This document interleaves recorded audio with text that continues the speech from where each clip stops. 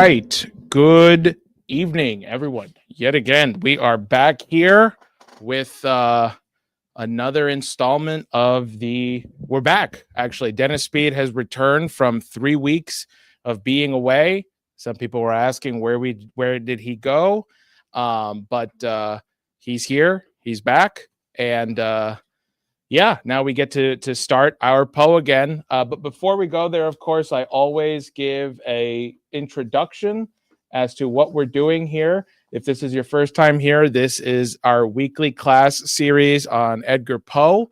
Um, this is something that we do every week. We put it on pause for a bit, but now we're back. But first, I just wanted to give you a little bit of an update as to where things are right now. And I always start by talking about the International Peace Coalition call. Helga Zepp-LaRouche had done another meeting today with a good set of people, some people who were Israeli, like Moshe Raz, who is a former member of the Knesset and the former Director General of Peace Now, as well as we had the ambassador, Manuel Hassassian. He is the ambassador of the Palestinian Authority to Denmark. We played a video of him talking to Helga Zepp-LaRouche and talking about the Oasis plan. We had Ali Rastbin, who was the director of the Geopolitical Academy of Paris, and other things. So basically, we had done a good discussion today where Helga was talking about the peace initiative that was started with Gaza has now bled into Ukraine. And what we can see here now is a potential end to the war in Ukraine. And hopefully the coalition of the willing will be strong-armed here into not intervening as usual. And there may actually be an actual peace deal. And this comes after Putin was talking about the need for a new kind of diplomacy, something akin to quantum physics, a nonlinear mode. In fact, actually, I think I actually have his exact quote up here, which I will pull up. I wonder if I can show it to all of you here. There we go. Well, okay, I can't show it, but he says what is needed here is a philosophy of complexity, something akin to quantum mechanics, which is wiser and in some ways more complex than classical physics.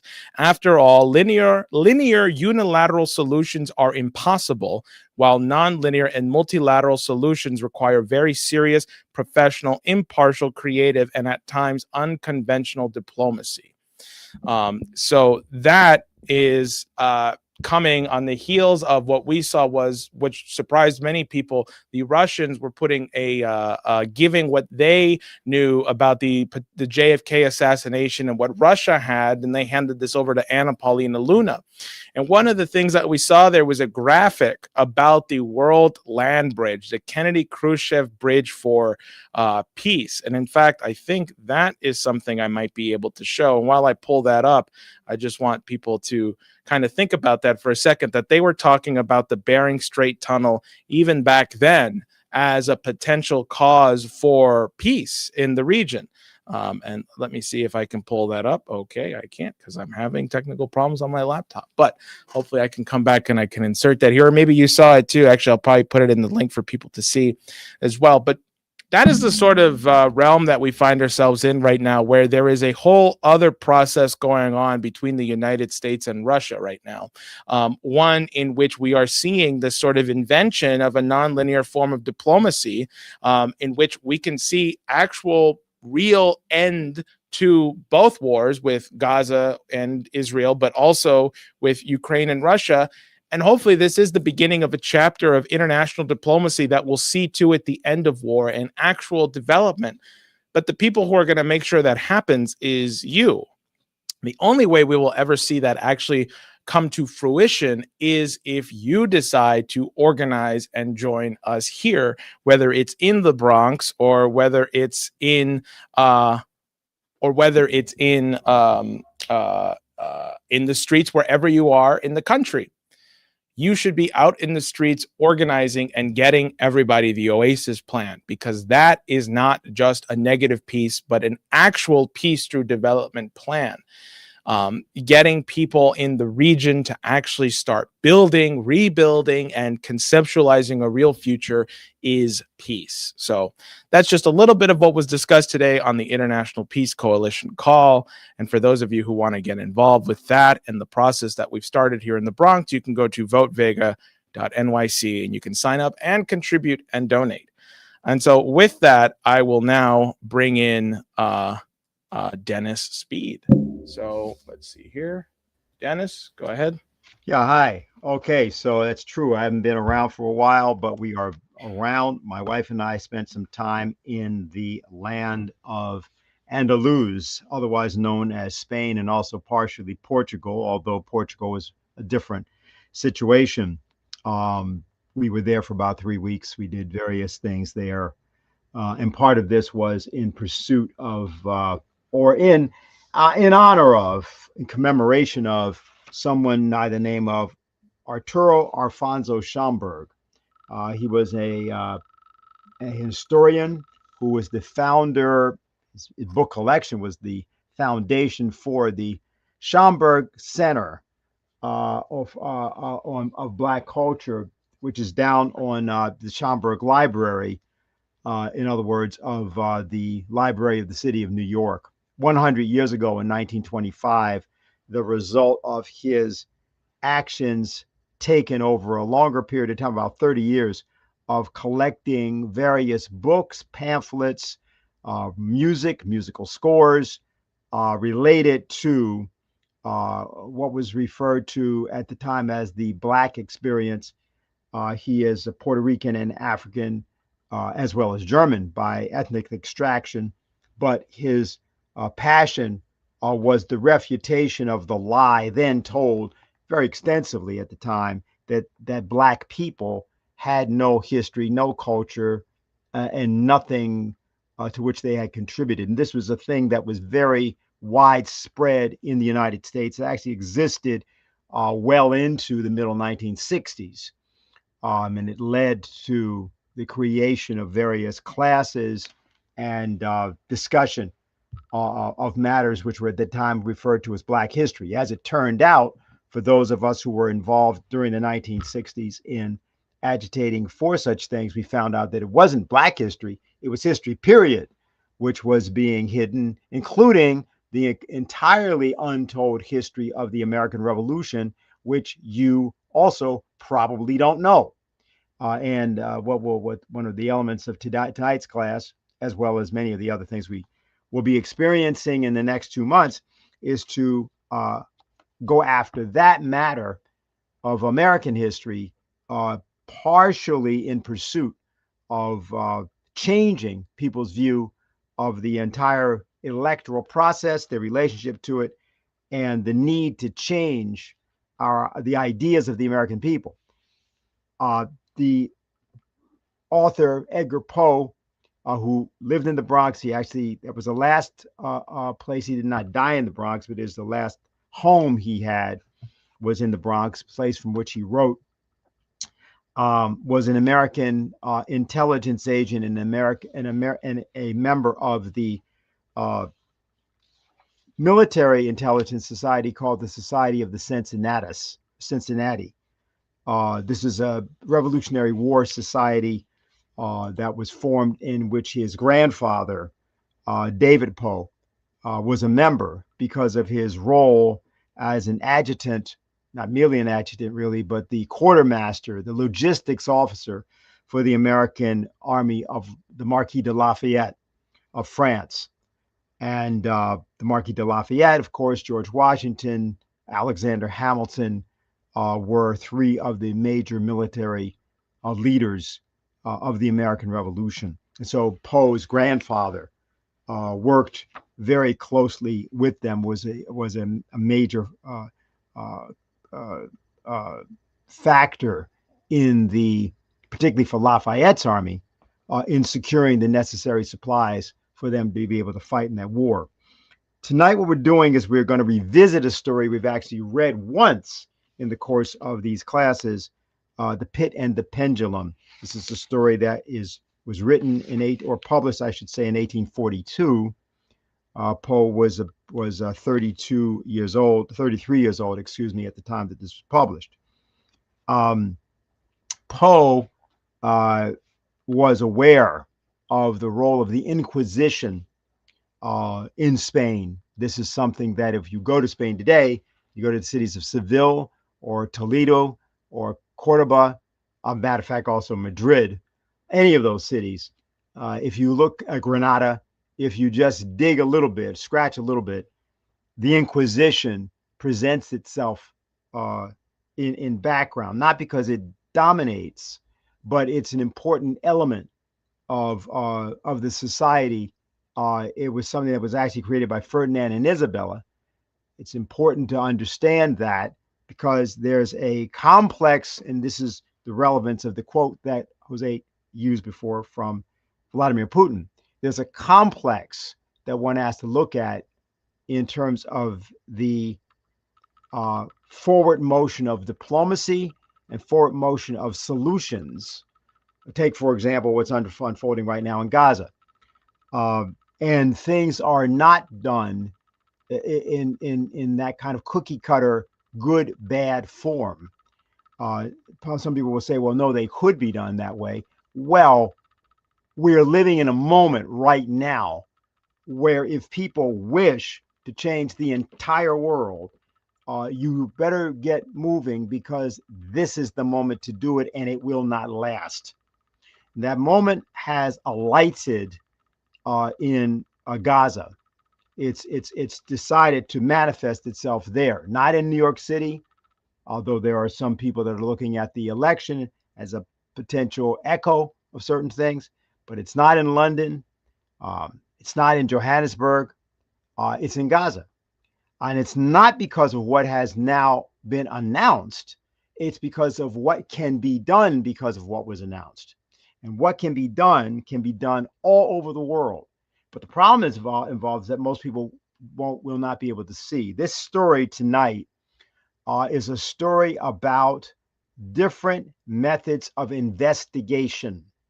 It appears, and it will be presented to you as a kind of suspense story. But what it is actually about is different methods of investigation and the creativity under pressure. I'll put it that way. The story begins with this. It's there in Latin, and what I'm going to do is just to read it in English. It has a motto. The story. Here, the wicked mob, unappeased, long cherished a hatred of innocent blood. Now that the fatherland is saved and the cave of death demolished, where grim death has been, life and health appear. And Poe says that this is a quatrain, 4 lines of poetry, in other words, composed for the gates of a market to be erected upon the site of the Jacobin Club House at Paris. He's referring to the French Revolution and the terror that had existed in the French Revolution, which was from the October Revolution from 1789 to 95. The period of the terror was 92 to 95, basically. And he is critical. Poe is critical of that period. He does not believe that the Jacobins represented the highest expression of revolutionary fervor, and they were not something to be emulated in the way in which that is sometimes discussed, both by the French and also by leftists who talk about the reactionary American Revolution and the ultra-revolutionary French Revolution. That was not Edgar Poe's view. So we begin his story, and it is, and I think you'll be able to pick up. It's set in Toledo. I was sick unto death with that long agony, and when they at length unbound me, and I was permitted to sit, I felt that my senses were leaving me. The sentence, the dread sentence of death, was the last of distinct accentuation which reached my ears. After that, the sound of the inquisitorial voices seemed merged in one dreamy, indeterminate hum. It conveyed to my soul the idea of revolution, perhaps from its association in fancy with the burr of a mill wheel. This only for a brief period, for presently I heard no more. Yet for a while I saw, but with how terrible an exaggeration! I saw the lips of the black robed judges. They appeared to me white, whiter than the sheet upon which I traced these words, and thin even to grotesqueness, thin with the intensity of their expression of firmness, of immovable resolution, of stern contempt of human torture. I saw that the decrees of what to me was fate were still issuing from those lips. I saw them writhe with a deadly locution. I saw them fashion the syllables of my name, and I shuddered because no sound succeeded.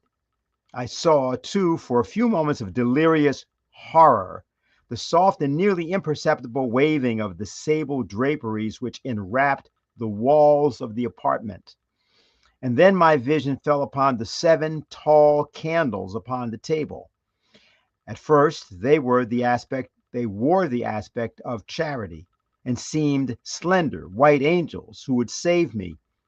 But then, all at once, there came a most deadly nausea over my spirit, and I felt every fiber in my frame thrill, as if I had touched the wire of a galvanic battery, while the angel forms became meaningless specters with heads of flame, and I saw that from them there would be no help.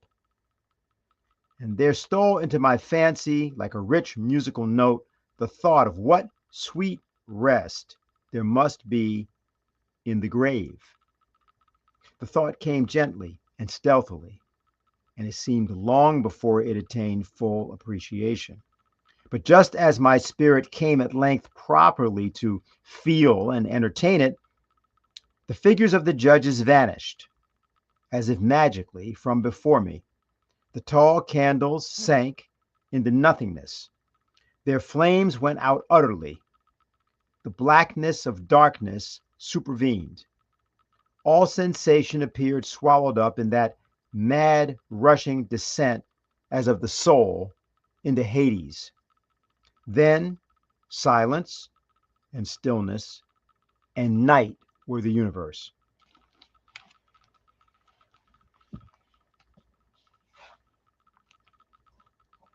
Jose? Sorry, thought I was up already. I had swooned, but still will not say that all of consciousness was lost. What of it there remained, I will not attempt to define or even to describe, yet all was not lost. In the deepest slumber, no. In delirium, no. In a swoon, no. In death, no.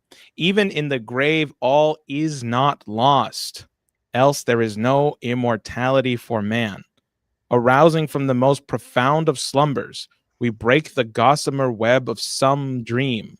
Yet in a second afterwards, so frail may that web have been, we remember not that we have dreamed. In the return of life from the swoon, there are 2 stages. First, that of the sense of mental or spiritual. Secondly, that of the sense of physical existence. It seems probable that if, upon reaching the second stage, we could recall the impressions of the first, we should find these impressions eloquent in memories of the gulf beyond. And that gulf is what? How at least shall we distinguish its shadows from those of the tomb? But if the impressions of what I have termed the first stage are not at will recalled yet after long interval, do they not come unbidden while we marvel whence they came? He who has never swooned is not he who finds strange palaces and wildly familiar faces in coals that glow. Is not he who beholds floating in mid-air the sad visions that the many may not view? Is not he who ponders ever over the perfume of some novel flower? Is not he whose brain grows bewildered with the meaning of some musical cadence which has never before arrested his attention? Amid frequent and thoughtful endeavors to remember, amid earnest struggles to regather some token of the state of seeming nothingness into which my soul had lapsed, there have been moments when I have dreamed of success.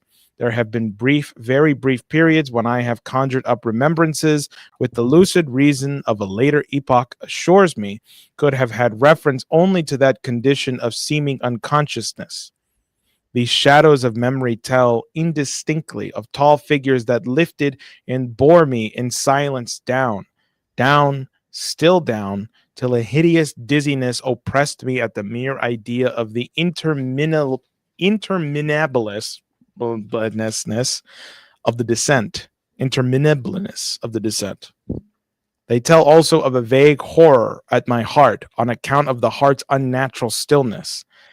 Then comes a sense of sudden motionlessness throughout all things, as if those who bore me, a ghastly train, had outrun in their descent the limits of the limitless, and paused from the wearisomeness of their toil. After this, I call to mind flatness and dampness, and then all is madness. The madness of a memory which busies itself among forbidden things. Very suddenly, there came back to my soul motion and sound. The tumultuous motion of the heart, and in my ears, the sound of its beating. Then a pause in which all is blank. Then again, sound and motion and touch, a tingling sensation pervading my frame. Then the mere consciousness of existence without thought, a condition which lasted long. Then, very suddenly, thought, a shuddering terror, an earnest endeavor to comprehend my true state. Then a strong desire to lap into insensibility. Then a rushing revival of soul and a successful effort to move. And now a full memory of the trial, of the judges, of the sable draperies, of the sentence, of the sickness, of the swoon, then entire forgetfulness of all that followed, of all that a later day and much earnestness of endeavor have enabled me vaguely to recall. So far, I had not opened my eyes. I felt that I lay upon my back, unbound. I reached out my hand, and it fell heavily upon something damp and hard. There I suffered it to remain for many minutes, while I strove to imagine where and what I could be. I longed, yet dared not to employ my vision. I dreaded the first glance at objects around me. It was not that I feared to look upon things horrible, but what I grew aghast lest there should be nothing to see. At length, with a wild desperation at heart, I quickly unclosed my eyes. My worst thoughts, then, were confirmed. The blackness of eternal night encompassed me. I struggled for breath. The intensity of the darkness seemed to oppress and stifle me. The atmosphere was intolerably close. I still lay quietly and made effort to exercise my reason. I brought to mind the inquisitorial proceedings and attempted from that point to deduce my real condition. The sentence had passed, and it appeared to me that a very long interval of time had since inconsistent with real existence. But where and in what state was I? The condemned to death, I knew, perished usually at the auto da fe, and one of these had been held on the very night of the day of my trial. Had I been remanded to my dungeon to await the next sacrifice, which would not take place for many months? This, I at once saw, could not be. Victims had been in immediate demand. Moreover, my dungeon, as well as all the condemned cells at Toledo, had stone floors, and light was not altogether excluded. A fearful idea now suddenly drove the blood in torrents upon my heart, and for a brief period I once more relapsed into insensibility. Upon recovering, I at once started to my feet, trembling convulsively in every fiber. I thrust my arms wildly above and around me in all directions. I felt nothing, yet dreaded to move a step, lest I should be impeded by the walls of a tomb. Perspiration burst from every pore and stood in cold big beads upon my forehead. The agony of suspense grew at length intolerable, and I cautiously moved forward, with my arms extended, and my eyes straining from their sockets in the hope of catching some faint ray of light. I proceeded for many paces, but still all was blackness and vacancy. I breathed more freely. It seemed evident that mine was not, at least, the most hideous of fates. Here, you sit here, Lynn.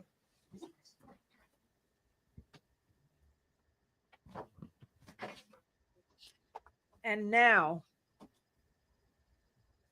as I still continued to step cautiously onward, there came thronging upon my recollection 1,000 vague rumors of the horrors of Toledo.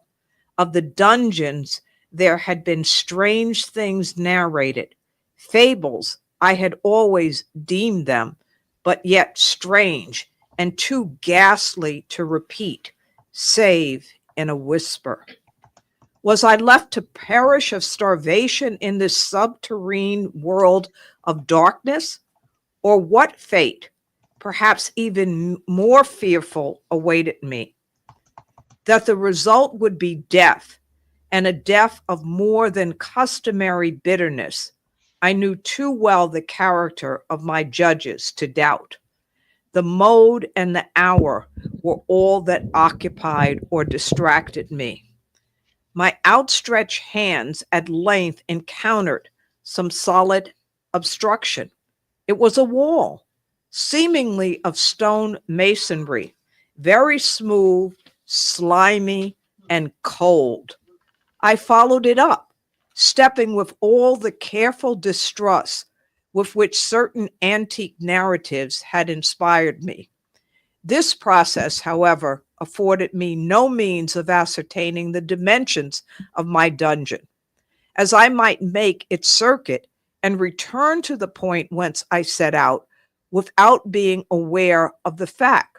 So perfectly uniform seemed the wall. I therefore sought the knife which had been in my pocket when led into the inquisitorial chamber, but it was gone. My clothes had been exchanged for a wrapper of coarse serge.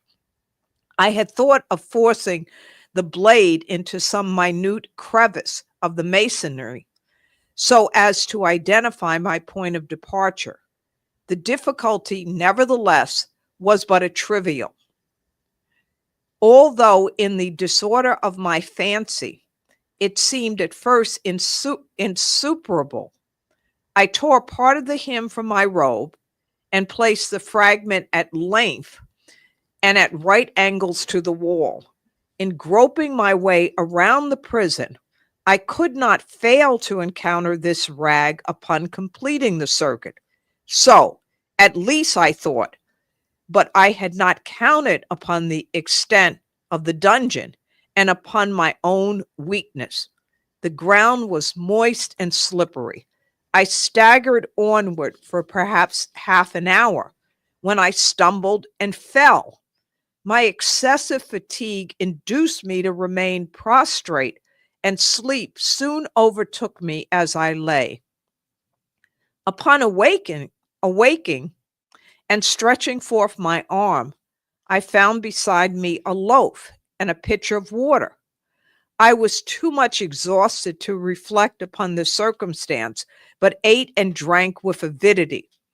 Shortly after, I resumed my tour around the prison, and with much toil came at last upon the fragment of serge. Up to the period when I fell, I had counted 52 paces, and upon resuming my walk, I counted 48 more when I arrived at the rag. There were in all then 100 paces, and admitting 2 paces to the yard, I presumed the dungeon to be 50 yards in circuit. I had met, however, with many angles in the wall, and thus I could form no guess of the shape of the vault. For the vault I could not help supposing it to be. I had little object, certainly no hope, in these researches, but a vague curiosity prompted me to continue them. Quitting the wall, I resolved to cross the area of the enclosure. At first I proceeded with extreme caution, for the floor although seemingly of solid material, was treacherous with slime. At length, however, I took courage and did not hesitate to step firmly, endeavoring to cross in as direct a line as possible. I had advanced some 10 or 12 paces in this manner when the remnant of the torn hem of my robe became entangled between my legs. I stepped on it and fell violently on my face. In the confusion attending my fall, I did not immediately apprehend a somewhat startling circumstance, which yet, in a few seconds afterwards, and while I lay prostrate, arrested my attention. It was this: my chin rested upon the floor of the prison, but my lips and the upper portion of my head, although seemingly at a less elevation than the chin, touched nothing. At the same time, my forehead seemed bathed in a clammy vapor, and the peculiar smell of decayed fungus arose to my nostrils. I put forward my arm and shuddered to find that I had fallen at the very brink of a circular pit, whose extent, of course, I had no means of ascertaining at the moment. Groping about the masonry just below the margin, I succeeded in dislodging a small fragment and let it fall into the abyss. For nearly a minute, I hearkened at its reverberations as it dashed against the side of the chasm in its descent.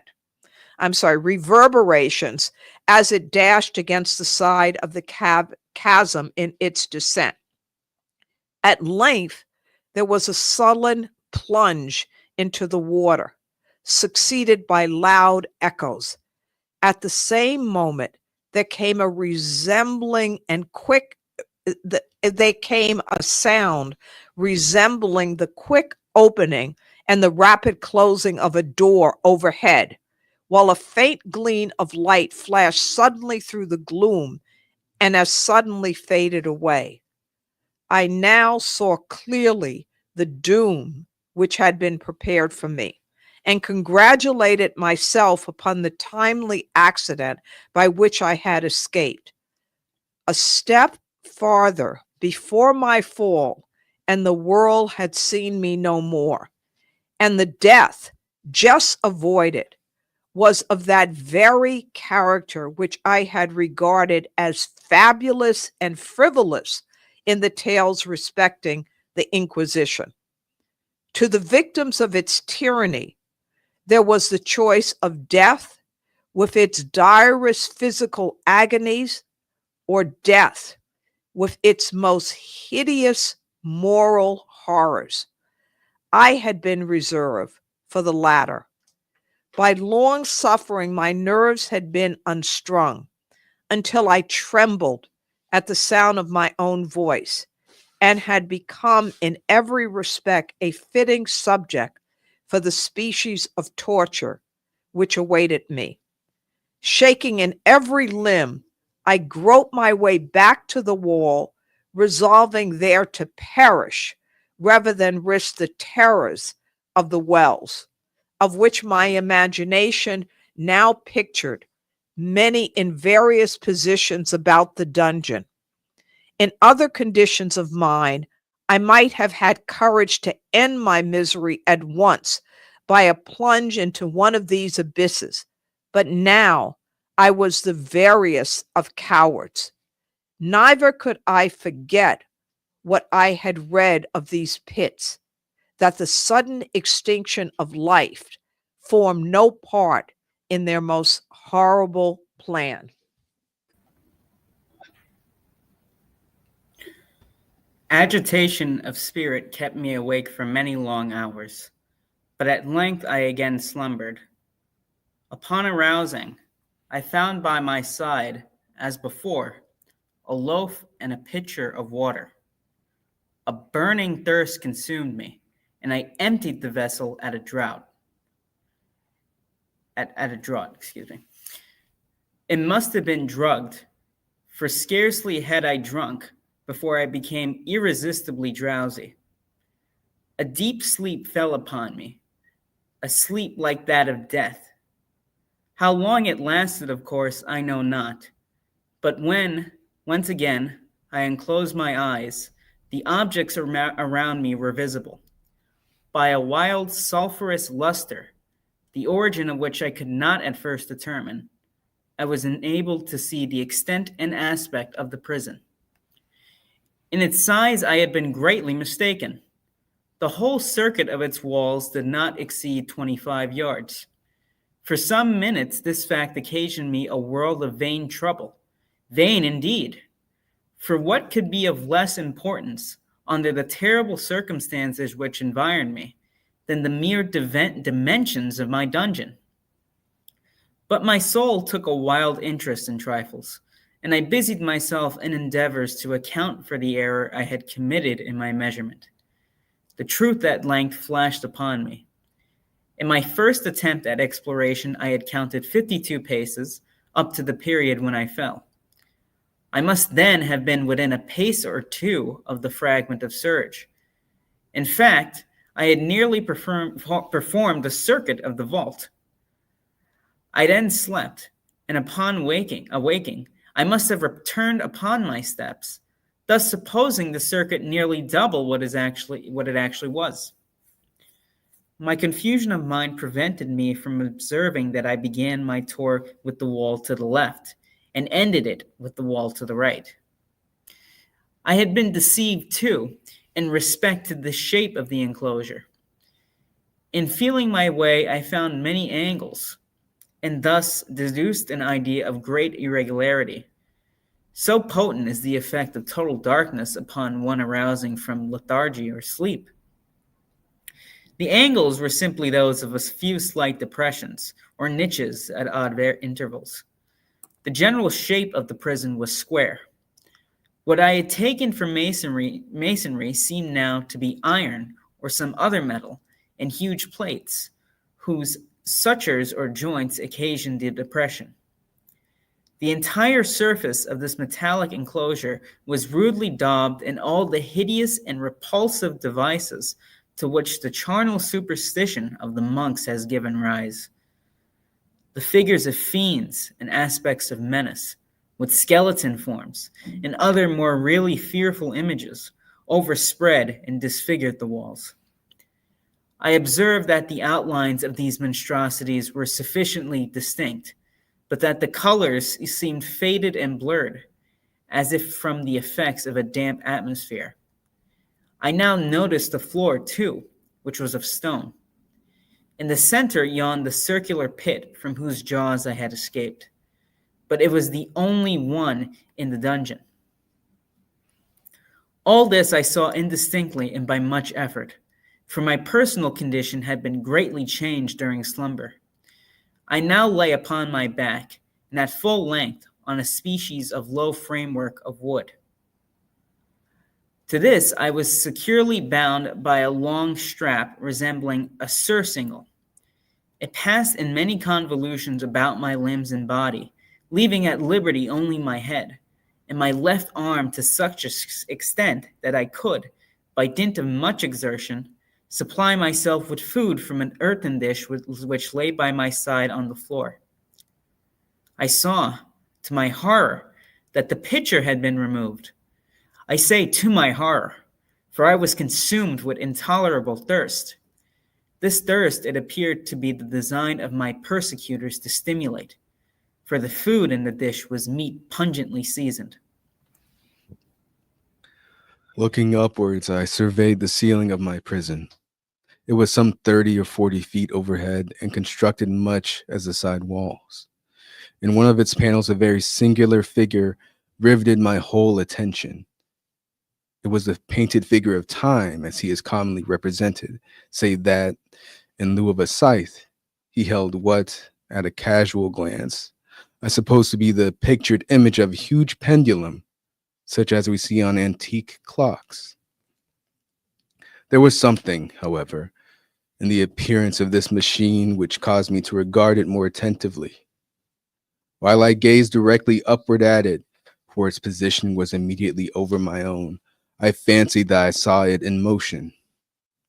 In an instant afterwards, the fancy was confirmed.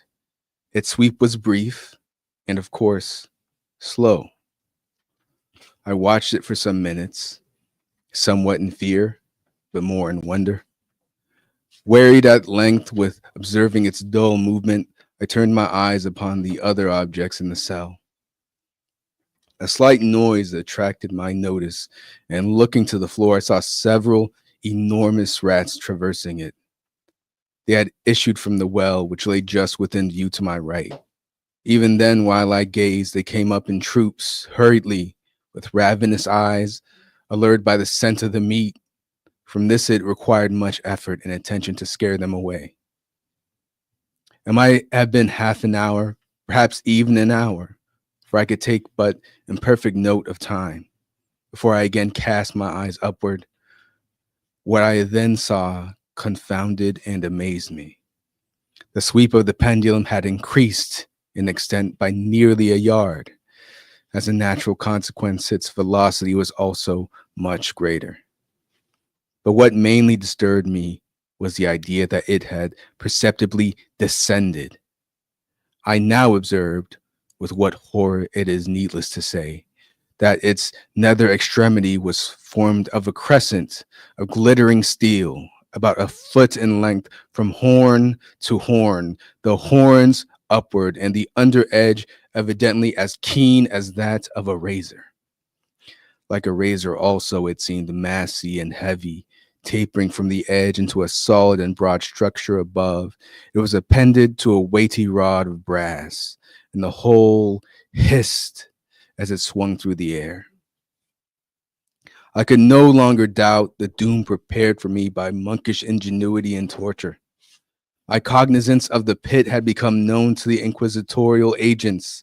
The pit, whose horrors had been destined for so bold a recusant as myself. The pit, typical of hell and regarded by rumor as the ultima thule of all their punishments. The plunge into this pit I had avoided by the merest of accidents. I knew that surprise or entrapment and torment formed an important portion of all the grotesquerie of these dungeon deaths. Having failed to fall, it was no part of the demon plan to hurl me into the abyss. And thus, there being no alternative, a different and a milder destruction awaited me. Milder. I half smiled in my agony as I thought of such application of such a term. What boots it is to tell of the long, long hours of horror more than mortal, during which I counted the rushing vibrations of the steel, inch by inch, line by line, with a descent only appreciable at intervals that seemed ages. Down and still down it came. Days passed. It might have been that many days passed ere it swept so closely over me as to fan me with its acrid breath. The odor of the sharp steel forced itself into my nostrils. I prayed. I wearied heaven with prayer for its more speedy descent. I grew frantically mad and struggled to force myself upward against the sweep of the fearful scimitar. And then I felt suddenly calm and lay smiling at the glittering death as a child at some rare bauble. There was an interval of utter insensibility. It was brief, for upon again lapsing into life, there had been no perceptible descent in the pendulum, but it might have been long, for I knew there were demons who took note of my swoon and who could have arrested the vibration at pleasure. Upon my recovery, too, I felt very, inexpressibly sick and weak, as if though long inanition. Even amid the agonies of that period, the human nature craved food. With painful effort, I outstretched my left arm as far as my bonds permitted and took possession of the small remnant which had been spared me by the rats. As I put a portion of it within my lips, there rushed to my mind a half-formed thought of joy, of hope. Yet what business had I with hope? It was, as I say, a half-formed thought. Man had many such, which are never completed. I felt that it was of joy, of hope, but I felt also that it had perished in its formation. In vain, I struggled to realize, to regain it. Long suffering had nearly annihilated all my ordinary powers of mind. I was an imbecile, an idiot.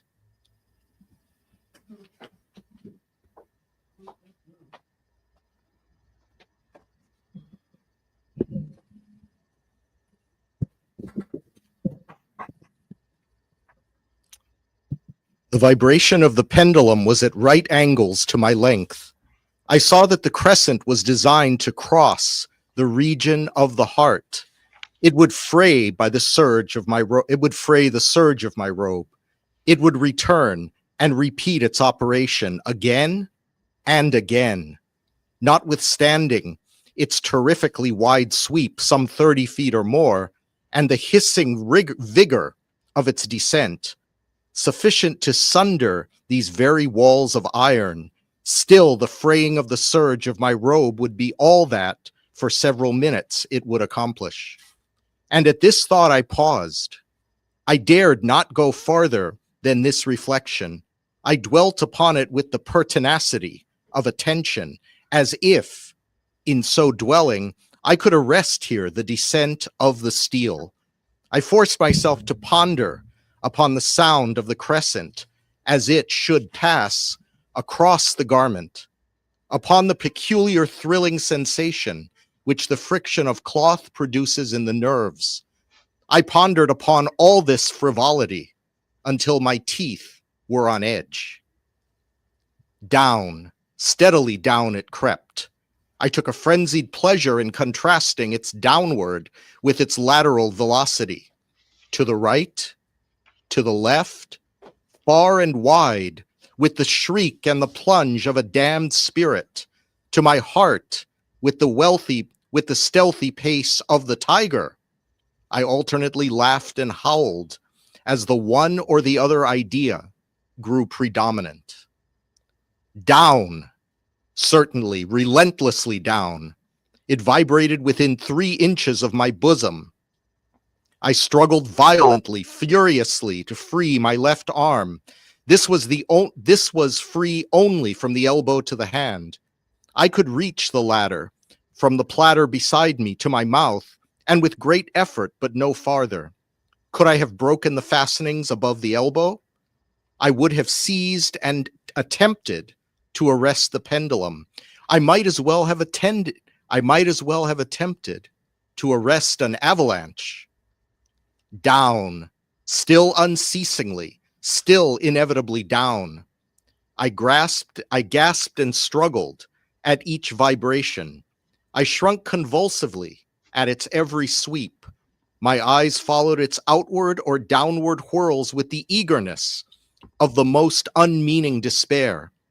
They closed themselves spasmodically at the descent, although death would have been a relief. Oh, how unspeakable! I still quivered in every nerve to think how slight a sinking or slipping of the machinery would precipitate that keen, glistening axe upon my bosom. It was hope that prompted the nerve to quiver, the frame to shrink. It was hope, the hope that triumphs on the rack, that whispers to the death condemned, even in the dungeons of the Inquisition. I saw that some 10 or 12 vibrations would bring the steel in actual contact with my robe, and with this observation there suddenly came over my spirit all the keen, collected calmness of despair. For the first time during many hours, or perhaps days, I thought. It now at once occurred to me that the bandage or surcingle which enveloped me was unique.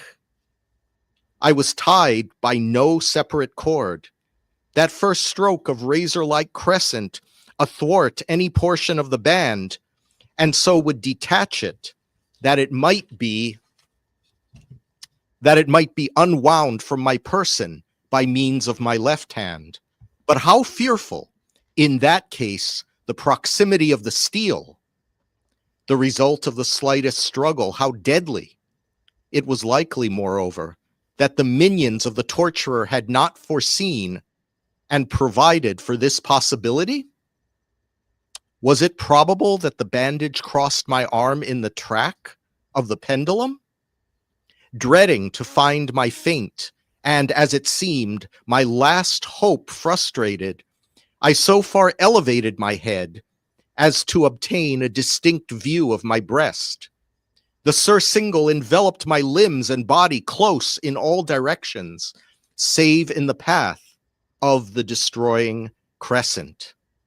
Scarcely had I dropped my head back into its original position, then there flashed upon my mind what I cannot better describe as the unformed half of an idea of deliverance to which I have previously alluded, and of which a moiety only floated indeterminately through my brain when I raised food to my burning lips. The whole thought was now present, feeble, scarcely sane, scarcely definite, but still entire. I proceeded at once, and with the nervous energy of despair, to attempt its execution.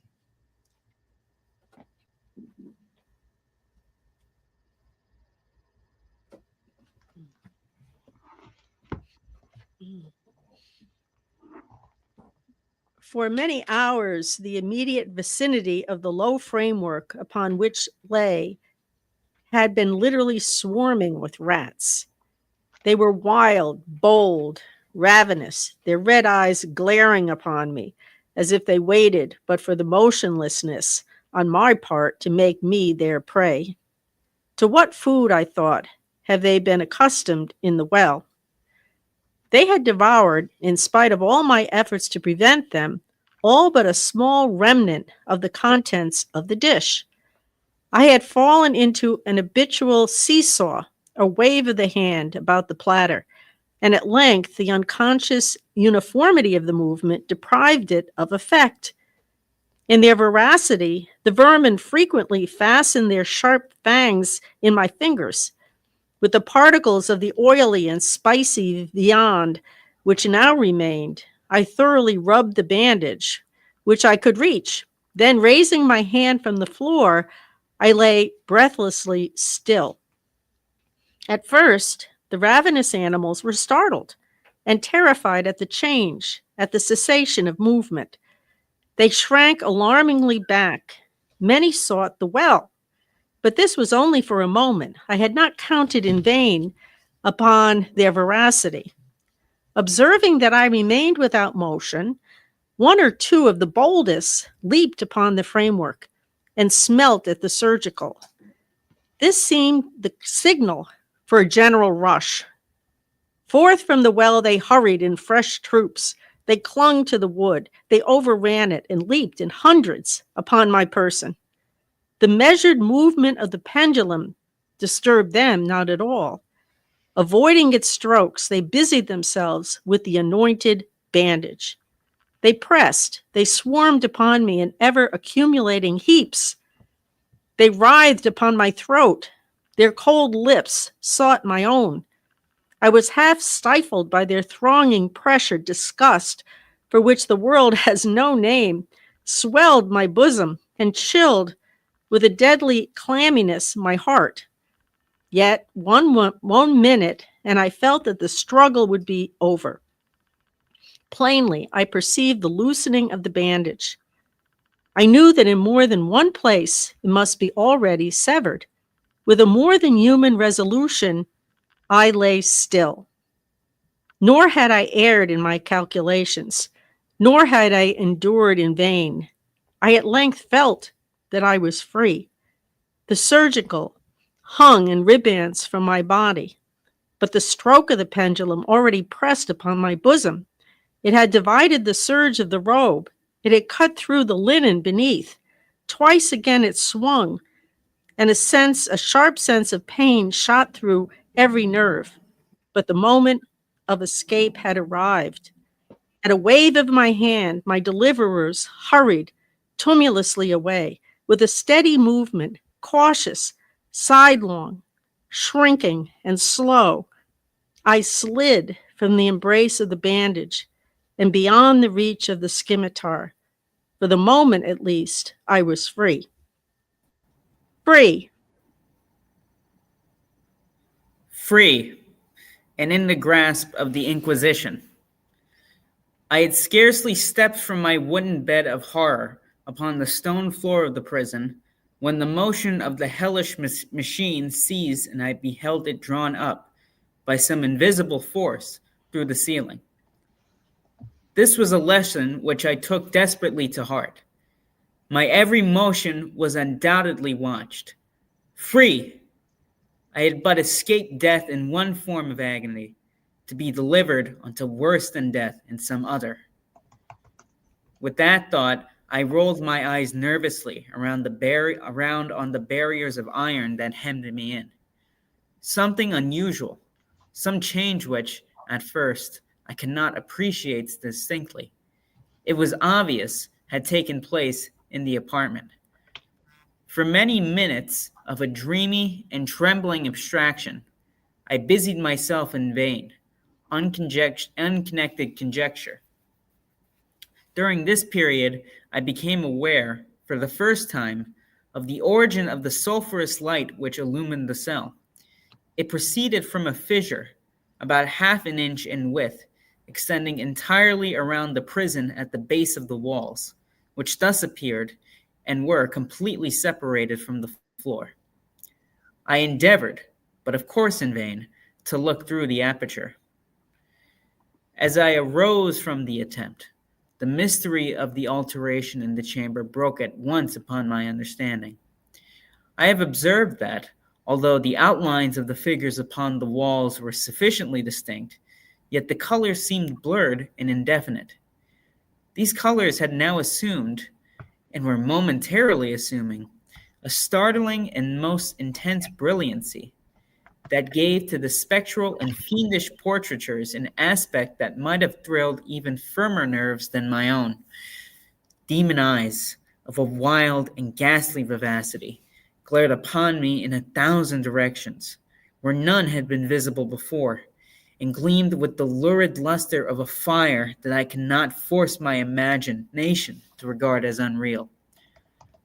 Unreal!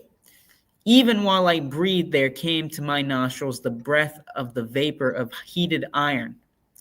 A suffocating odor pervaded the prison. A deeper glow settled each moment in the eye that glared at my agonies. A richer tint of crimson diffused itself over the pictured horrors of blood. I panted. I gasped for breath. There could be no doubt of the design of my tormentors. Oh, most unrelenting. Oh, most demoniac of men.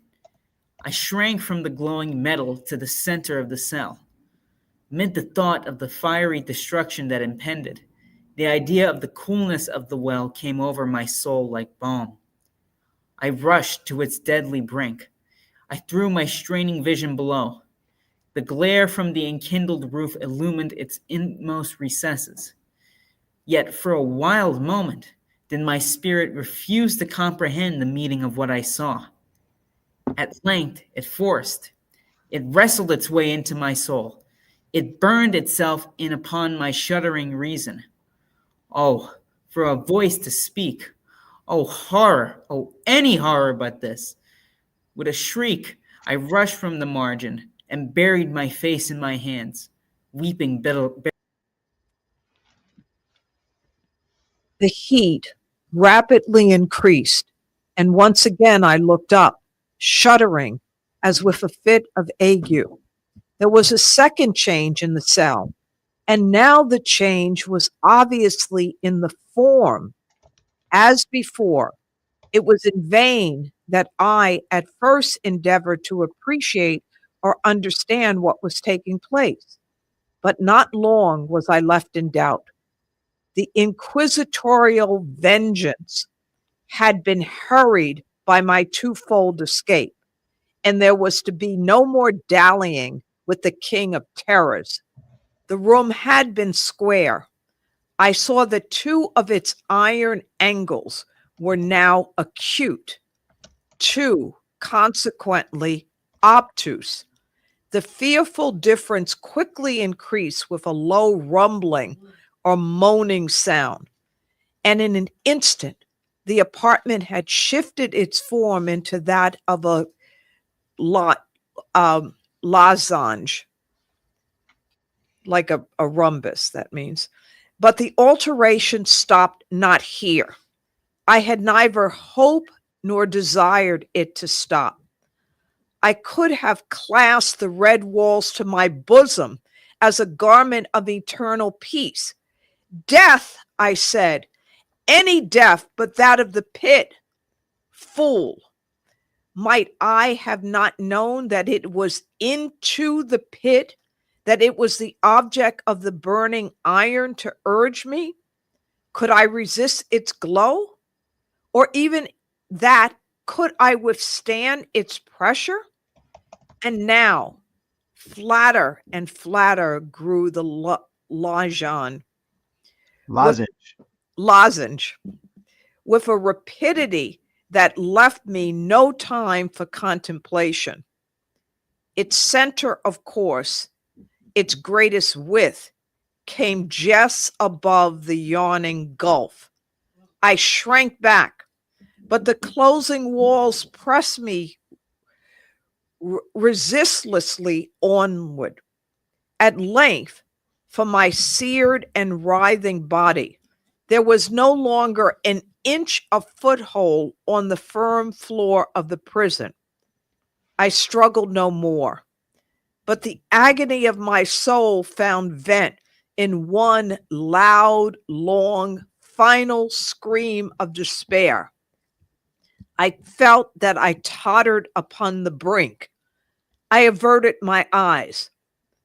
There was a loud blast as of many trumpets. There was a discordant hum of human voices.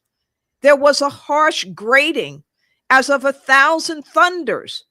The fiery walls rushed back. An outstretched arm caught my own as I was fainting into the abyss. It was that of General LaSalle. The Inquisition was in the hands of its enemies. The French army had entered Toledo.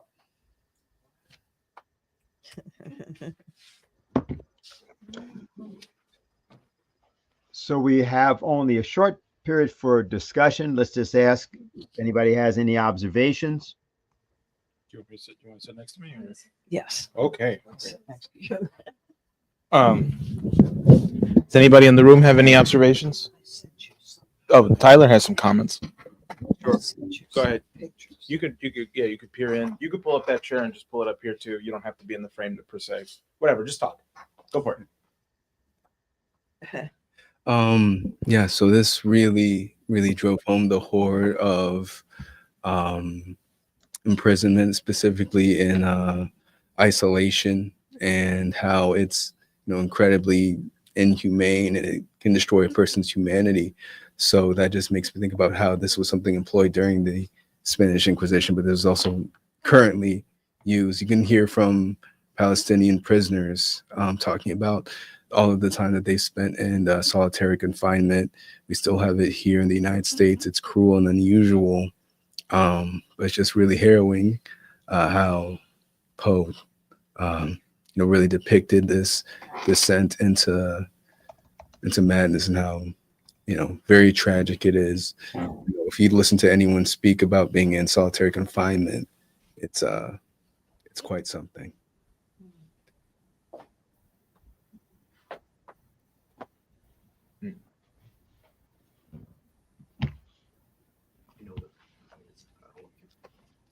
Anybody else? Any other comments? Yeah. Is it okay? Marcel? Sure. Yeah, come on. This is actually a story that I had taught in my classes. And I'll just say to start us off that this story shows us two distinct forms or methods of attempting to apprehend reality. And I think just that the briefing that Dennis had given at the beginning before we started, this crucial point, this crucial juncture of the unfolding of world history, if we choose to use one of these forms, one of the forms definitely works, the other form is wholly unsuccessful. And the nature of those, I think it's important to go into. But if we use the correct one, we can make great change towards a renaissance by apprehending reality and the reality of situations, despite how they may look in terms of sense perception. If we choose to look in the other direction, then we may end up in the greatest tragedy of recorded history. So I'll add that. Thank you. Can I say something? Yeah, sure. Yeah, well, two thoughts ahead. And actually, well, Marcel, I remember reading it with you in your high school class, along with several other stories. But the one thing is just the setting.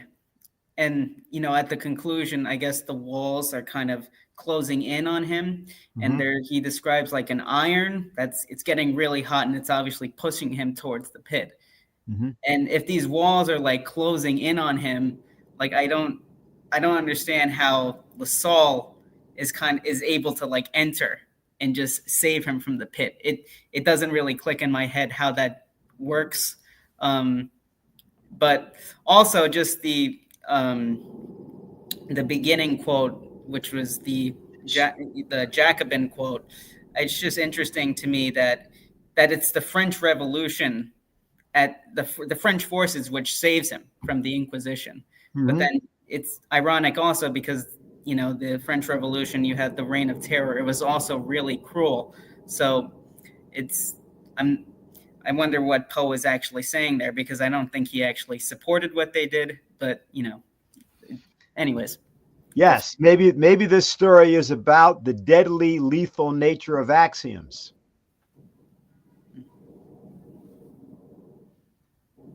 Maybe this story is about the inquisitorial vengeance of wrong ideas. Maybe this story is about how Israel is causing Israel to cease to exist. Maybe the story is also about how those who think that the actions of Hamas were the actions of the Palestinian people. Maybe what this story is actually about is about why ideas like those, and this is a little unfair to bring it up, but for some who know what I'm referring to, ideas like those of Bertrand Russell and his principles of mathematics, Principia Mathematica, are the primary prison of the thinking of English speakers, particularly in the United States in the 21st century. Maybe the story is actually about method. And maybe what we see, as we saw in the case of the narrator, who almost killed himself by using the wrong method and only accidentally didn't, what the implications are about not knowing how to think about how to think. Clearly, there was a change of axiom that happened during the story in which he decided the only way to get free is to use the rats who are to eat him, who are to consume him, to free him.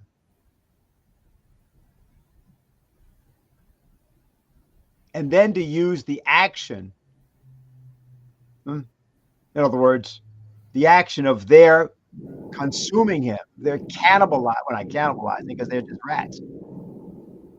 So I'm not saying that what I just said is what is going on, but in answer to what you asked, Kynan, about how the story concludes, that's right.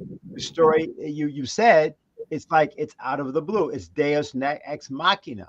It's General LaSalle, who was a real general, by the way, of the French Revolution, who, by the way, was killed by the age of 34. He's known for various exploits and things like that. But it's obvious that what Poe said is the walls were suddenly thrown back, that he is about to fall into the pit. He's on the edge of the pit, and an arm reaches him. Well, how are the walls going back, and then somebody's getting in there, and they're grabbing him before he falls into the pit? Obviously, these are not real actions in a real time frame. And you also pointed out, correct, the criticism of the Jacobins, not necessarily all of the members of the French Revolution. After all, Lafayette was one of the leaders of the French Revolution, even though there are many things we could say about that. So I think it's interesting for us to think about. I think people should read the story again and to look at also those longer discussions about hope and about consciousness and about ideas, because I would state that the story, sometimes what you can't just say because something is published next to something else, you don't really know what it means. But the story that comes, that's published right after that story, or not right after, months after, is The Mystery of Marie Roget, which we of course have read, and is all about the issue of method.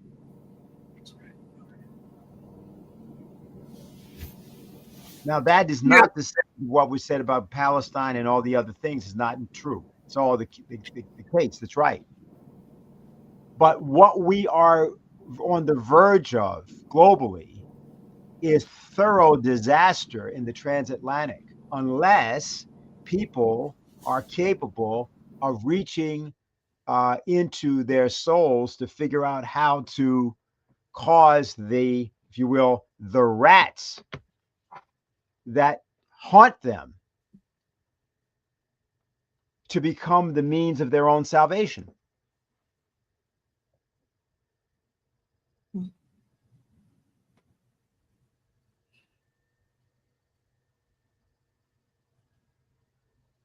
Violence will no longer work in today's world, no matter what anyone thinks.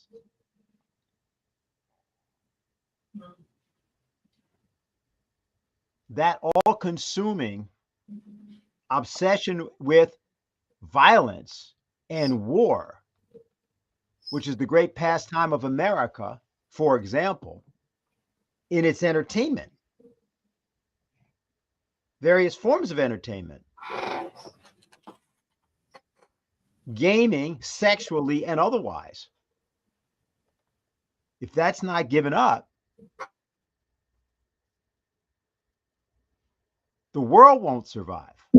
A question was just texted to me, Dennis, about what you just said. Mm-hmm. When you're referring to violence will not work anymore, the questioner asked, do you mean a nation on a smaller nation, or do you also include resistance as well? I'm saying that the idea of ideas, there is a violence of ideas. There is a violent notion, for example, that human beings are not natural. Take that idea. The human race is not part of nature. Of course, it's part of nature. There's a thing called human nature. What is that? So what human beings do is part of what happens in nature. So science is part of nature. The violent objection to that is about to wipe out the human race. That's what I mean by violence. And war is often the product of these kinds of axiomatic thinking, this kind of axiomatic thinking. We don't know how the protagonist got there. You assume, you know, he was put there. But what did he say? And who is the Inquisition? Is he the Inquisition? Is he the reason for his imprisonment? Some of you know about the famous television series, British television series called The Prisoner from the 1960s. Why was the prisoner the prisoner? Who was number one? I'm not trying to endorse the series, but I'm simply indicating that there's something here that the Poe story provokes us to think about. I just think people should read it again. And also maybe look up the Inquisition and see what it was about. You know what it was about, right?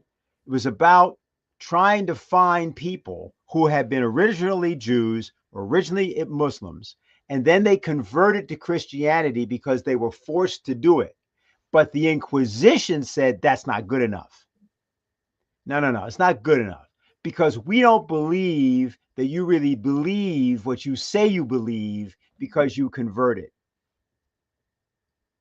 And so what they did was they would, have these various forms of tests, like you burn you at the stake. And the idea is that if you burned, it proved that you weren't a witch. Right. That's what the auto de fe is, which is said at the beginning, which literally means act of faith. So if you're true, then yeah, you're not gonna burn. You die and you go to heaven. And evidence is brought. It's of course one of the first things you do is you seize the person's property. So charges can be brought by a neighbor, a relative, a friend, a servant, anything can bring up charges in the Inquisition. And then they have proofs, like, for example, of Jews, if near the Jewish holiday. And this was practiced, by the way, more extensively against the Jews for a long time than it was against the Muslims. But the Jews were called, I think, the Kritokos. Anyway, the idea is crypt, which is you're a hidden Jew or you're a hidden Muslim. And one of the tests for the Jews was if you bought a lot of vegetables, for example, leading into a holiday, which is the period when you can't eat meat, or if you weren't using lights at a certain time or candles, etc. So in other words, it was like ridiculous tests of whether you were true or not. And eventually, in fact, this goes in sort of waves, but the persecution and the first inquisitions against the Jews actually begin like in the 600s. So when the Moors invade and conquer Granada and most of Andalusia, the Jews are actually really, really happy because they're treated in a much more benevolent way, and a lot of the direct persecutions stop. And of course, this stuff is going full steam by the 1100s, and then in 1492, with the fall of Granada, you really have a horrific situation. When we were traveling recently, when we were in Granada, there's actually a museum of the Inquisition. There's also a place there's a similar place also in Spain, but in Portugal, there's a place called the Aljuba. I don't know if you can quickly pull up one of the shots of that, but Aljuba literally means, This one? that's a shot from one of the people from the later period of Salazar, who was a dictator from the 1929 or 26. Oh, no, 1940s, 50s and 60s. 40s, 50s, and 60s, 30 years. Yeah. So this is just one of his many. You can just hit a couple more there. One of it, that's a cell. And Tyler was talking about solitary confinement. What? Solitary confinement. Solitary confinement. And this is a cell which is about maybe 4 feet across. You can see the wall of it is just like a bench. And it's about maybe 8 feet wide. So there's barely enough room for you to stand up in that cell. Hmm. You really cannot move around. And people would be in places like this for months. Or So- years. Or years. Yeah. Jesus Christ. Um, Yeah, and this is up until 1974, 75. Now, just to say, just in answer to that question, yeah, do I believe in resistance? Yes. Do I think that you can arm yourself, take arms against a sea of troubles and oppose them, end them? Yes. However, you cannot govern on that basis. You can no longer govern in the 21st century on the basis of violence. You can say, well, that's what the United States is doing. Oh, until it isn't. And this is the reality that people have a very, very hard time facing. This is all over now, or it will all change now. This is all over now, or it will all change now, because you're on the verge of thermonuclear war. And you cannot have a Russia, a China, and a United States on the trajectories that they're presently on and not have thermonuclear war. There must be a revolutionary change in the axioms of behavior and practice, or there will be nothing.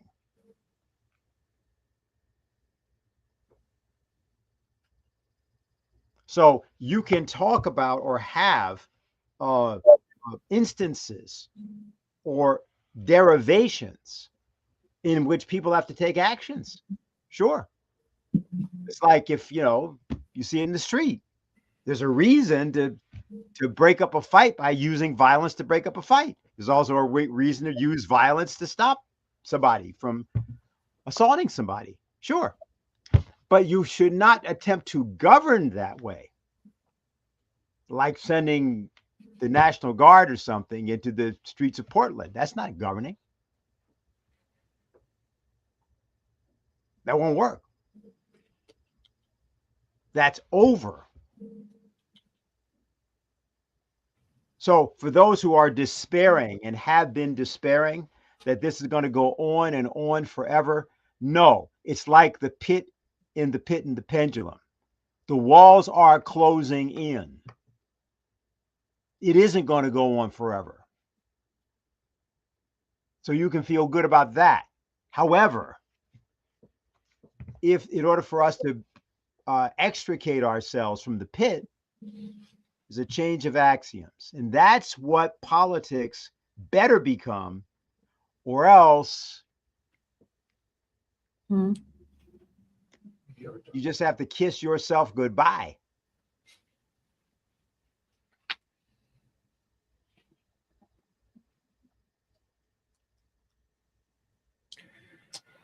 All right. I don't want to take more time away from Diane Sayers' show. She's doing an excellent show. If you're watching this right now, she's doing something on Columbus, which you may also hold some axioms on about that as well, as many people tried to reach out to me and tell me to call it Indigenous Peoples Day.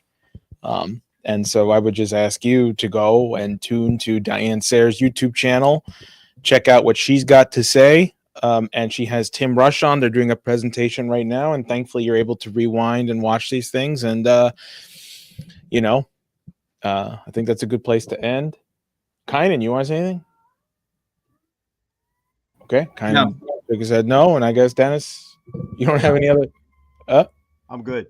Okay, good. VoteVega.nyc. If you liked the show tonight, please help us keep us independent to keep us doing this. So you can go to VoteVega.nyc, donate, sign up, volunteer. We're going to need your help. And we're going to be out in the streets very often, or even door knocking pretty soon. It's going to get cold. So definitely sign up. And thanks for tuning in. So